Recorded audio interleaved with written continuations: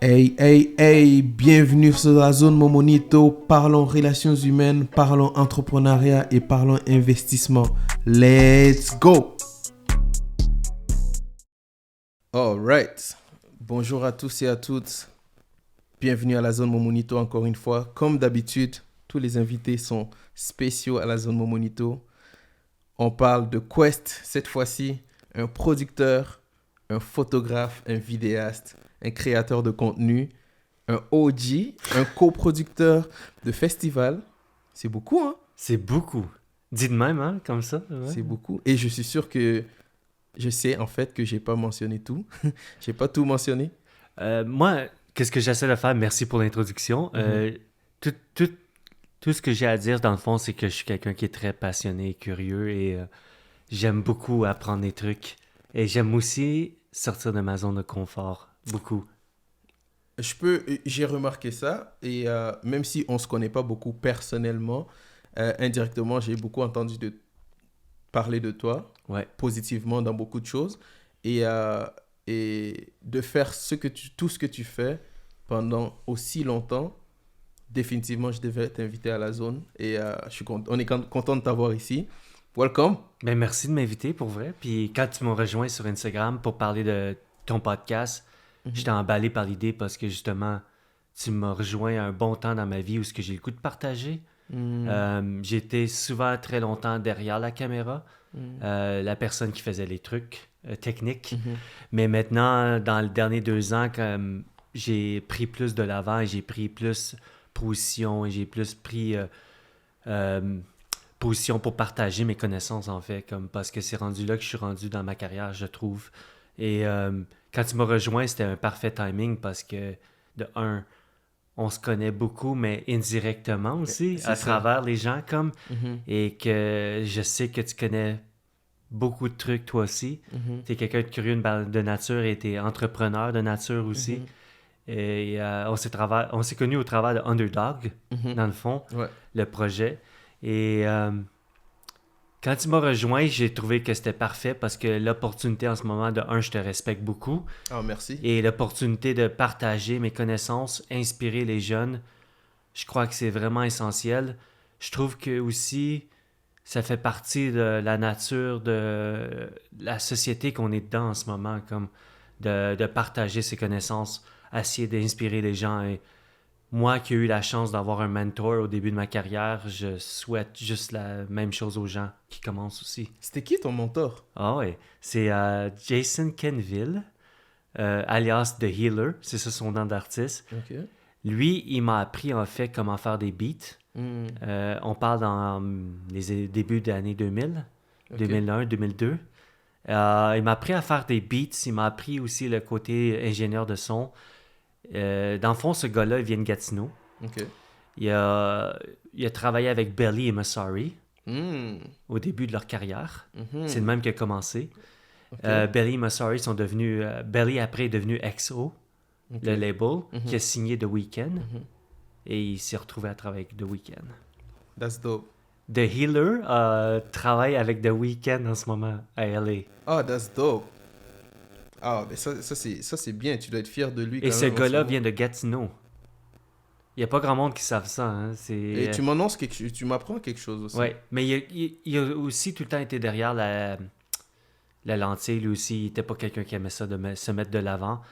Mais c'est juste dans la dernière année qu'il a commencé à faire des entrevues et parler. Et c'est lui qui m'a appris pas mal. Puis moi, j'existerais même pas si ce serait pas de lui. Puis on vient du même quartier. Moi, lui, Karim, Détrac. On a tous commencé en même temps. Ouais. Là, on parle de quel Karim? Karim de Montréal. Ok. Je sais qu'on aura beaucoup de choses à discuter aujourd'hui. Oui. Et sans plus tarder, moi, je vais sauter directement sur quelque chose que... Là, tu as commencé à faire des beats au début. Donc, est-ce que tu considérais que tu as commencé en tant que beatmaker? Non. J'ai commencé en tant que DJ. Tu as commencé en tant que DJ? Oui. Okay. DJ au secondaire. Ok, tu as commencé en tant que DJ. Ouais. Et... veux-tu que je te raconte ça? J'aimerais savoir comment tu t'es lancé. Ah oui. Moi, dès que j'étais jeune, je savais que j'allais faire quelque chose en lien avec la musique. J'écoutais Michael Jackson, qui est l'album Thriller que j'ai tombé en amour avec. J'ai grandi dans les années 80. Et d'un jeune âge, j'analysais comment que les chansons étaient faites. OK. J'ai essayé de décortiquer un peu plus la structure d'une chanson et le processus mathématique derrière une chanson. OK. J'écoutais des films, j'écoutais la musique plus que d'autres choses. Fait que je savais que j'avais une oreille musicale. Puis là, après, au secondaire, j'ai commencé à faire des mixtapes. Oh. On Le parle temps des des années mixtapes. 90, là. OK. J'étais allé au secondaire de 91 à 97. OK. 92 à 97. Il n'y avait pas de YouTube, il n'y avait pas d'Internet. En effet. Donc, moi, j'étais la référence musicale à l'école. C'était moi le Spotify puis le YouTube à Et tu mettais l'école. ça sur des Des cassettes? cassettes. Des cassettes. Je faisais ça tout le week-end. Je mettais des mixtapes ensemble avec 2 CD players, là, puis je mixais les chansons. Puis je hostais aussi, fait que j'animais les cassettes. Je faisais des copies. Je faisais une cassette, puis je faisais plusieurs copies. Fait que j'en faisais au moins 30 que je vendais à l'école après, durant la semaine. Wow. Et C'est de où même tu- que j'ai où commencé. tu prenais les chansons? J'achetais les CD au HMV. Oh, tu achètes, ensuite tu faisais Ouais. des... Ouais. Fait que moi, j'étais membre d'un club select au magasin qui m'appelait moi au début avant de mettre les CD en magasin. En vente. Donc Oui. tu pouvais vendre Je tes pouvais les cassettes en acheter avant. exclusivité Oui. aussi. Oui. Ça, c'est... Tellement que that's j'étais dope. un bon client. Je sais pas si tu as connu HMV, les Bien magasins. sûr, Oui. bien sûr. Oui. Ben, c'est ça. Il m'appelait avant, puis il me disait, OK, ben, le nouveau album de Nas qui sort, le nouvel album de Jay-Z. Là, moi, j'allais les acheter avant qu'ils sortaient, puis je faisais mes mixtapes, puis j'ai vendu à l'école, voyons, où est-ce qu'on mangeait? À la cafétéria. La cafétéria. Puis j'ai vendais 5$ les mixtapes. Et est-ce que dès le début, les chansons qui t'intéressaient le plus, c'était le hip-hop? Oui. C'est de là que vient mon nom Quest. Ok. A Tribe Called Quest. C'est un honneur au groupe hip-hop. Huh. Ouais. J'avoue que c'est un groupe que je ne connaissais pas avant que tu mentionnes maintenant. Non? Non. C'est un groupe mythique de New York. Ok. Ils ont rappé durant les années fin 80 jusqu'à mi-90. Ok. Ils s'appellent A Tribe Called Quest. Mhm. Ils ont eu une grande influence sur la scène hip-hop new-yorkaise. Mhm. Et quand on m'a demandé plus tard je devrais avoir un nom de scène, ben c'était évident que j'allais prendre Quest en Ok. honneur à eux autres. C'est bizarre parce que moi, quand j'étais plus jeune, j'étais un gamer un peu. Ouais. Je jouais à RuneScape. Ouais. Et je pensais que Quest, c'était en lien avec justement les missions dans les jeux. Ça n'a pas aucun rapport avec des jeux. C'est vraiment le groupe A Tribe Called Quest. Et pour ceux qui ne connaissent pas, je vous invite à aller découvrir leurs premiers albums. Mais c'est drôle parce que tu dis ça parce que tout le monde pense parce que je suis un gamer puis qui joue à des jeux RPG. Donc, t'es un gamer aussi? Non, Ok. même pas. Mais je sais, je comprends le lien. Ok. La quête, la quest. Ouais. Mais c'est aussi parce que moi, de nature, j'aime ça me mettre des buts dans la vie puis les atteindre. Hmm. Fait que ça a un lien aussi quand même avec ça. Mais est-ce que dès le début, au secondaire, quand tu vendais les cassettes, tu t'es dit, moi je vais faire ça Ouais. le reste de ma vie? Ouais, Comment tes parents ont pris ça?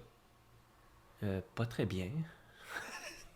Moi je serais intéressé à savoir comment, Pas très à partir bien. de quel moment ils ont vu que, ok, lui il veut vraiment faire de la musique de sa vie et comment ils ont interprété ça? Ben, mes deux parents sont plus de la tradition cartésienne, là, le modèle de route traditionnel, si on veut. Va à l'école, prends ton degré, puis après t'achètes ta maison, puis tu vas chercher ta job de 9 à 5 et tu fais juste vivre pour ton fonds de pension. Mes deux parents sont plus traditionnels, surtout mon père, mais c'est aussi... Ils n'ont pas pu vraiment comprendre pourquoi je voulais faire ça. Même à ce jour. Même aujourd'hui? Oui, même à ce jour. Mais ils vont jamais me le faire sentir mal, par exemple. Ils vont quand même essayer d'encourager, sans nécessairement comprendre le modèle de route ou Ok. le mode de vie que j'ai choisi. Je dis j'ai choisi, mais je pense pas que je l'ai choisi. Je pense que c'était juste destiné, là. Pour vrai. Puis je crois que tout le monde dans la vie serait plus heureux s'il ferait vraiment ce qu'il aime dans la vie, là, tout simplement. Je pense pas que mon père est heureux, mais bon, ça lui appartient. Et aussi, il vient d'une autre génération que tu faisais vraiment ce qu'on te disait de faire. Comme. Heureux avec ce que tu fais ou heureux? Non, heureux avec son choix de parcours, tu sais. Ok. Je pense qu'il aurait aimé faire autre chose, dans la vie. Mhm. Je pense tout le monde. Là. Je pense pas qu'une job de 9 à 5 dans un bureau, c'est vraiment ta job de rêve, nécessairement. Mhm. Mais certains, oui. Mais bon. Encore à ce jour, mes parents comprennent pas nécessairement ce mode de vie-là. Mhm. Mais je suis le seul artiste dans la famille aussi. Ok, Ça, c'est... Je suis comme un peu le... J'aime pas utiliser ce mot-là, mouton le noir. mouton noir. Mais je suis un peu comme le pion différent de la famille qui a comme pas suivi le même parcours comme... Et si c'était à refaire, est-ce que tu prendrais le même parcours? Tout à fait. Il n'y a rien qui changerait. Tu changerais? Ah non. Même si j'ai fait beaucoup de sacrifices parce que croyez-moi, puis ça c'est le conseil que je dis à tout le monde, Mhm. il va en avoir des sacrifices à faire. Mhm. Tu pourras pas nécessairement te payer tous les luxes que tu voudrais. Hein. Tu dois beaucoup sacrifier. Surtout en début de carrière en tant que producteur de musique hip-hop, Mhm. tu fais beaucoup de choses gratuites Mhm. pour te créer une crédibilité, Mhm. une notoriété.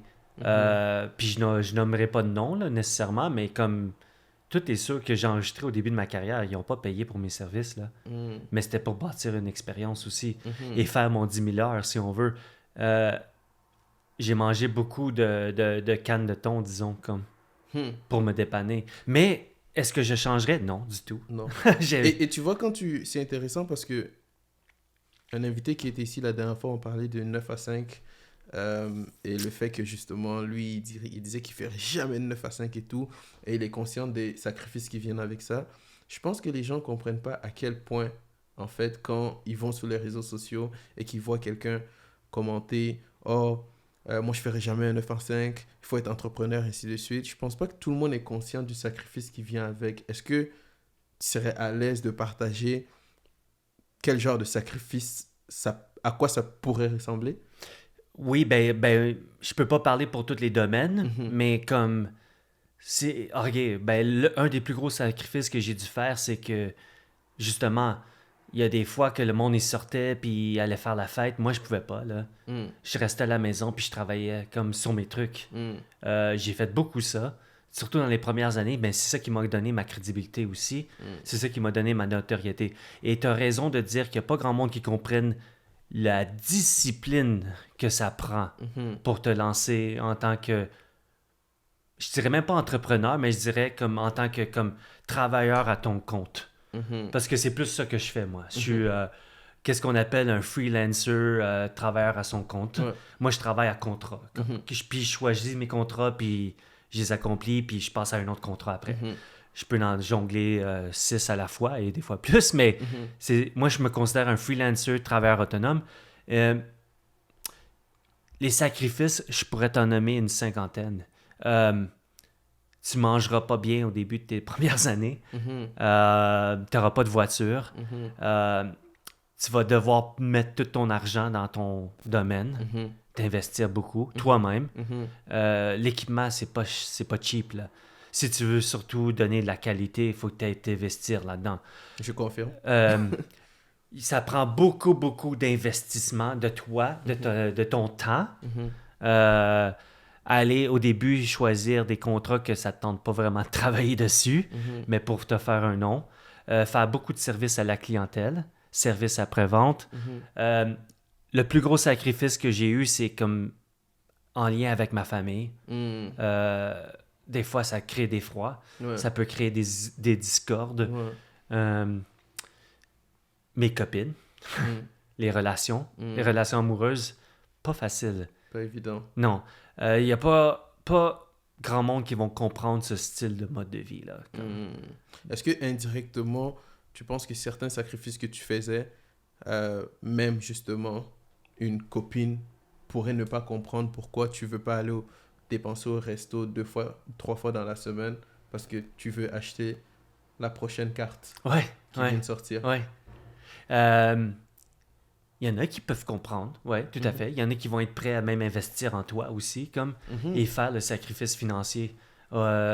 J'ai eu une copine, puis je la nommerai pas juste par respect, mais elle a tellement cru en moi qu'elle m'a jamais fait sentir mal par rapport à des trucs comme ça. Comme, éventuellement, on s'est perdu de vue, mais ça, tu peux tomber sur des perles rares, ça c'est clair, c'est clair.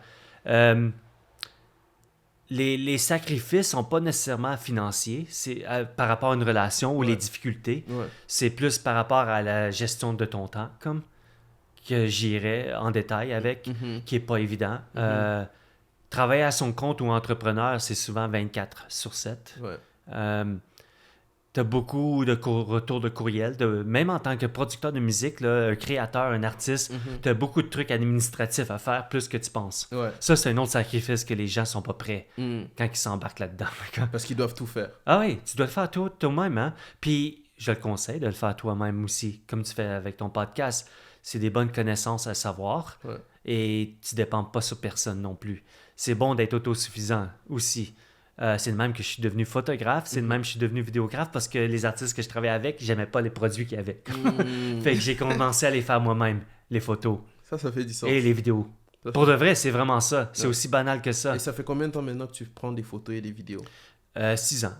Ok. Mais j'ai été producteur 20 ans à peu près de Ok. musique. Ouais. Producteur. Mais tu continues toujours à produire ou tu as moins de temps de production? Non, je fais tout encore, mais je suis plus sélectif avec les projets que je fais, par exemple. Mm. Avant, j'en faisais facilement dans une année 15 albums. Wow. Ouais. En tout cas, on va toucher à certains de tes Ouais. projets qui arrivent aussi. Mais les sacrifices personnels, là, Mhm. c'est le plus dur, là, c'est surtout en lien avec ton temps. Le temps, là, c'est la seule chose que je vais dire à tout le monde qui est le plus important à essayer de gérer. Mm. Parce que c'est facile de se perdre son équilibre là-dedans. Mm. Il faut jamais oublier que tu dois avoir un certain équilibre.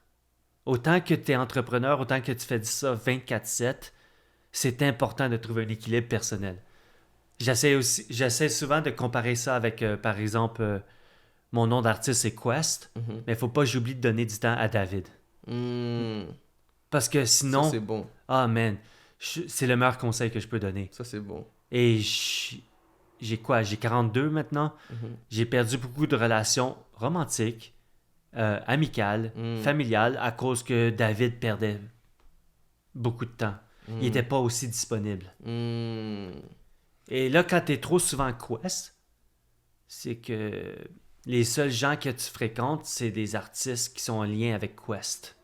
Et c'est pas nécessairement tout le Tes temps amis. tes Ou amis ta famille. ou ta famille ou du monde qui sont là pour les vraies raisons. Mm. Disons, tes ride or die ou ceux que tu peux appeler en tant que de détresse ou quoi que ce soit. Fait que, pour vrai, le plus gros sacrifice, c'est de jamais oublier l'équilibre dans tout ça. Comme. Je suis vraiment content que tu partages quelque chose comme ça parce que moi, je sais que je l'ai appris très tôt parce que beaucoup de personnes me disaient ça, beaucoup de filles surtout. Ouais, ouais.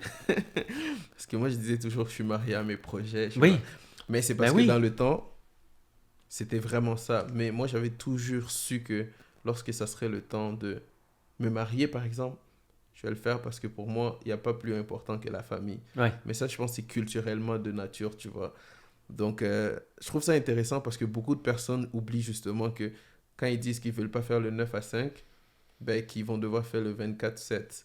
Et que le 24/7, parfois, ben, le temps que ça devienne automatisé comme le Oui. 0,0,5% des gens que tu vois sur TikTok qui publient que This is how you invest in my business et tout, ben, tu vas devoir bosser beaucoup, beaucoup, beaucoup et tu risques de perdre certaines relations Oui. si tu ne réussis pas à Oui. balancer. Oui. Puis c'est ça qui est arrivé.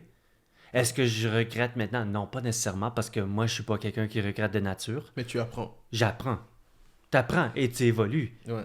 Et toi, c'est drôle que tu en parles. J'aime ça que tu en parles justement parce que tu dis que tu le savais puis tu étais married to the To the project. to the projects. Puis oui, moi aussi. Married to the game, married to the hip-hop, married to Quest, married to Dreamland ou DFP dans le temps.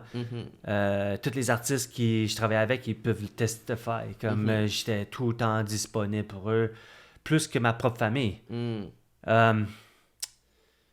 C'est quoi, toi, qui a été le déclic pour savoir que, OK, là, c'est le temps de me marier, puis trouver l'équilibre? Ça serait drôle.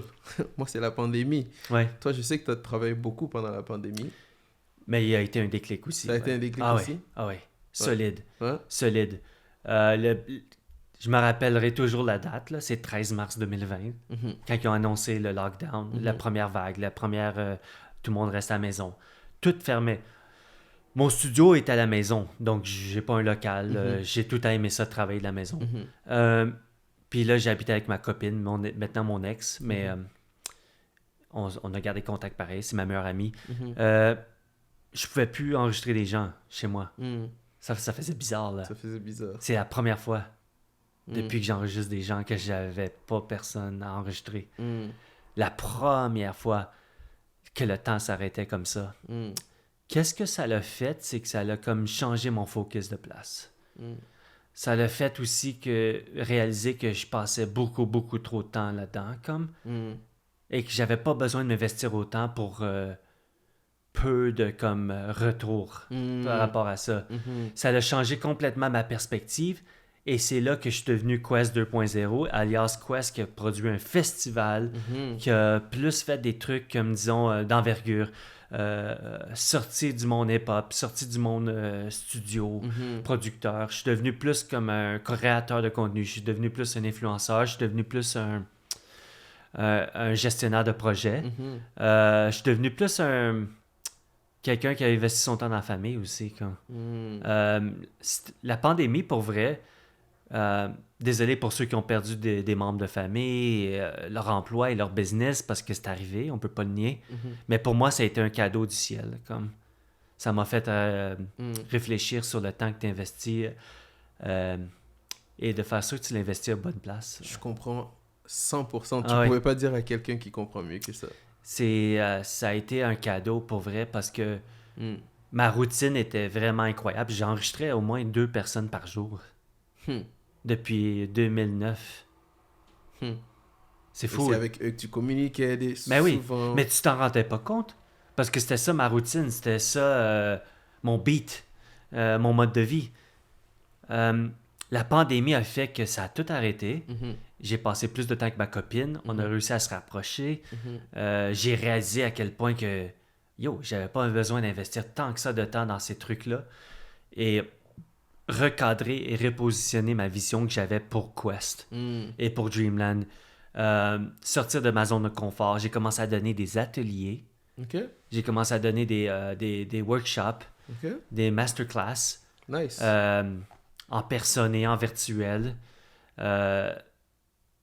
Si j'avais besoin de mixer des chansons pour les rappers, ben c'est plus moi qui les enregistrais. J'ai seté up Un leur système. studio Nice. chez eux pour Ok. qu'ils s'enregistrent eux-mêmes parce que c'est plus facile que jamais. Ouais. J'ai donné des cours de comment te set up ton studio. Je suis devenu plus comme un... Éducateur. Ouais, Ouais. ouais. Tu Un partages la pédagogue, connaissance, ouais. plus un... Ouais. J'ai pris plus mon rôle de OG au sérieux. Mhm. Et je me suis rendu compte qu'au lieu d'enregistrer 2-3 personnes par jour, Mhm. je peux juste faire une personne par semaine. Ouais. Mais que cette personne-là arrive avec un projet subventionné, plus comme établi, Mhm. comme du monde comme Détrac, comme qui m'a amené à Marseille. Ça, c'est une autre histoire, mais on va y en parler. Mais c'était tellement un cadeau du ciel, Mohamed, tu comprends même pas. Comme jamais je vais retourner dans ce mode de vie-là, comme d'enregistrer tellement de monde comme ça, comme Je suis content pour toi. par jour. Je suis content pour toi. Maintenant, je suis plus comme je prends plus comme le executive producer role, comme supervise des projets. J'ai même quelqu'un qui enregistre pour moi. Je vais quand même mixer des chansons parce que j'excelle quand même à ça, mais sur mon propre temps. Le temps est précieux. Le temps est précieux. Puis on prend vraiment beaucoup, beaucoup de monde, surtout la famille Mhm. et les copines, Mhm. pour acquise. Ouais. Ouais. Ça, c'est un autre conseil que je donne. Attendez pas qu'il soit trop tard. Mm. Vraiment pas. C'est très important le temps de qualité qu'on passe avec du monde de qualité. Mm. Plus qu'on pense. Mm. C'est plus important que l'argent ou le projet qu'on a à faire. De loin. Ça, c'est sûr. De loin. De loin. Et ça te fait grandir en tant que personne. Et en plus, sais-tu qu'est-ce que la plus grande leçon de la pandémie, c'est que t'as pas besoin de dire oui à tous les projets. Quoi. Et la vie continue. Et la vie continue. Ouais. J'avais tout le temps peur de dire non à ça parce que tu vas décevoir la personne. Ouais. Là, tu finis par te le faire, puis tu finis par être pas content nécessairement d'être embarqué dans le projet. Mhm. Mais tu le fais pareil, puis ça coupe dans ton temps. Mm. Hey, le nombre de projets que j'ai fait au lieu d'aller comme au chalet avec ma copine qui s'en allait au chalet pendant le week-end. Comme. Mhm. Et je finissais par les rejoindre dimanche, mais comme on n'avait pas passé nécessairement le week-end parce que je faisais un projet que j'avais regretté d'avoir dit oui. Plus jamais. Plus jamais.